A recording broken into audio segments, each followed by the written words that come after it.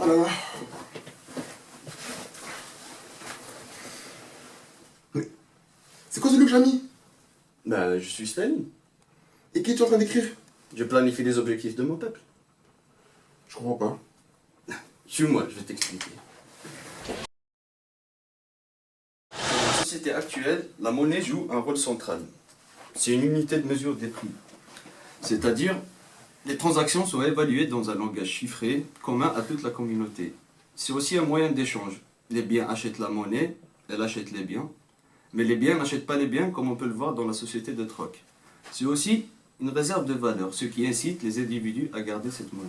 En apparence, on pourrait penser que toutes les sociétés ressemblent à celle du capitalisme, où l'argent permettait les richesses et les capitaux.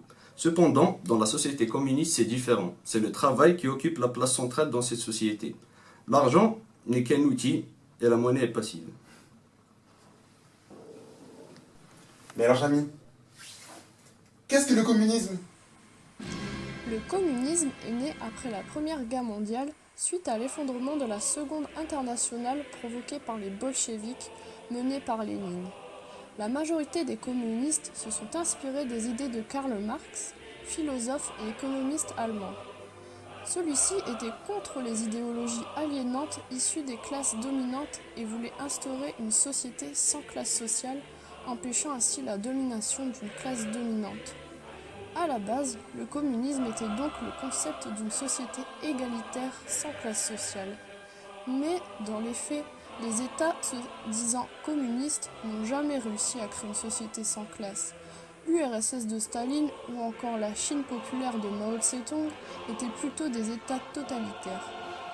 L'autre but du communisme était aussi d'instaurer une société sans propriété privée afin que tous les biens appartiennent à toute la communauté, ce qui permet à l'État de mieux organiser la production afin de fournir à chacun ce dont il a besoin, tout en évitant le gaspillage. C'est ce que l'on appelle la planification. Dans la planification, l'État fixe et impose des objectifs aux entreprises. Les objectifs sont fixés grâce à la méthode des balances. C'est une méthode de gestion où la production prévue est égale aux besoins prévus. Tout est prévu pour qu'il n'y ait pas de surplus. La monnaie joue un rôle essentiel dans l'élaboration des balances, car elle sert d'unité de compte. Le travail, lui, est l'élément central qui organise l'économie et la société. Le travail est le devoir de tout citoyen. Celui qui ne travaille pas ne mangera pas. Telle est la devise de la République russe. Les personnes ayant des revenus sans travailler n'ont également pas de droit de vote. Le pouvoir appartient donc au peuple travailleur. On peut aussi voir que pendant le rationnement à Moscou en 1918, son ordre s'effectuait en fonction des conditions de travail des ouvriers. Ceux qui avaient les conditions de travail les plus pénibles étaient rationnés les premiers. L'homme est donc intimement lié au travail. C'est l'accomplissement le plus valorisant. Mais alors, la petite voix, si le travail a la place centrale dans le communisme, à quoi sert la monnaie?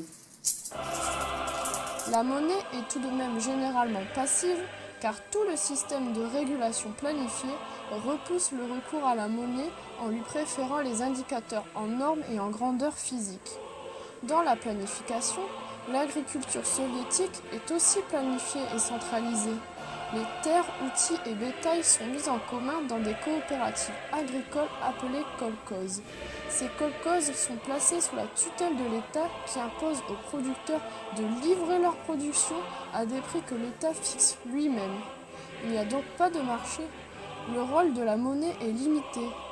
En 1929, il y a eu également un décret pour supprimer l'indépendance de la banque centrale, la Gosbank. Et, le 30 janvier 1930, un autre décret désigne le crédit bancaire comme la seule forme de crédit autorisée dans le secteur de l'État. La Banque centrale contrôle donc tous les flux financiers en fonction des objectifs du plan. Les entreprises n'ont donc aucune autonomie de gestion. Donc, Jamy, si je comprends bien, l'État gère tout. En grande partie, oui, mais l'emploi est le seul à ne pas être centralisé. La décentralisation dans le domaine de l'emploi permettait le maintien des relations monétaires diversifiées dans la communauté soviétique. Si le rapport travail avait pu être planifié, la monnaie se transformait en une simple unité de compte. Or, dans ce cas, elle permettait des transactions marchandes. Le salaire ou la monnaie permettait de se procurer des biens comme le pain ou d'autres biens et services comme l'école, la santé ou l'énergie qui étaient gratuites et qui ne nécessitaient pas de transactions marchandes.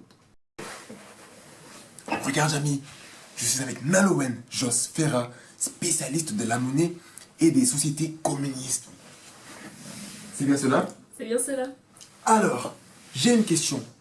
Comment décrivez-vous la monnaie et son rôle dans les sociétés communistes? Donc, dans le système communiste, la monnaie est plutôt la représentation d'un rang social, donc avec les hauts fonctionnaires et par exemple les bureaucrates grassement payés, alors que les ouvriers sont payés 59 à 81% du salaire moyen. Donc à la différence du système capitaliste, dans le système communiste, la maximisation monétaire reste stable, ce qui génère souvent des pénuries, dans la mesure où l'État empêche le mécanisme des prix de jouer le rôle d'allocataire des ressources. Donc, de ce fait, on peut dire que l'État, grâce à la monnaie, joue le rôle d'un élément structurant, aussi bien dans la vie et le développement économique d'un pays. Cependant, il est aussi question d'utiliser l'argent, non pas comme un moyen de productivité ou d'utilité économique, mais surtout comme un moyen social dont le but est de la réalisation choisie dans les cadres des plans quinquennaux.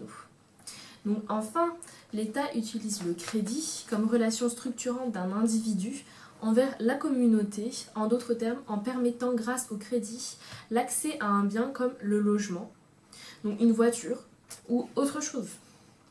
Donc l'État devient créditeur d'une dette sociale au prix de l'individu, ce qui tend à long terme à pacifier les relations des hommes en société vis-à-vis de cette société même. On sait que ce système s'est effondré après la démission du président Gorbatchev en 1991. Ensuite, l'URSS va se diviser en 15 États indépendants. Je vais donc poser une question à Madame Jos Ferra. Madame, pourquoi ce système n'a-t-il pas fonctionné? Donc il faut savoir que la société soviétique des années 80 est bloquée, donc elle ne répond plus du tout aux besoins. L'agriculture est archaïque, donc c'est-à-dire qu'elle va se baser sur des anciens procédés et la production est de très mauvaise qualité. Donc l'URSS va devoir importer ses produits et toute la production qu'elle ne peut plus produire elle-même. Donc la société manque de démocratie, la censure et la répression des opposants ne permettent pas d'améliorer les conditions. L'immobilisme des dirigeants et la corruption est de moins en moins bien supportés par la population qui ne se sentent pas du tout libres. Donc tout ceci va amener la chute du système communiste. En conclusion, le communisme existe toujours dans 5 pays, dont la Chine, la Corée du Nord, Laos, Cuba et le Vietnam. Il y a aussi des partis communistes dans différents pays, mais ils sont minoritaires et ont peu d'importance. Alors Jamy, tu veux toujours être communiste? Non, Fred, je préfère faire du troc.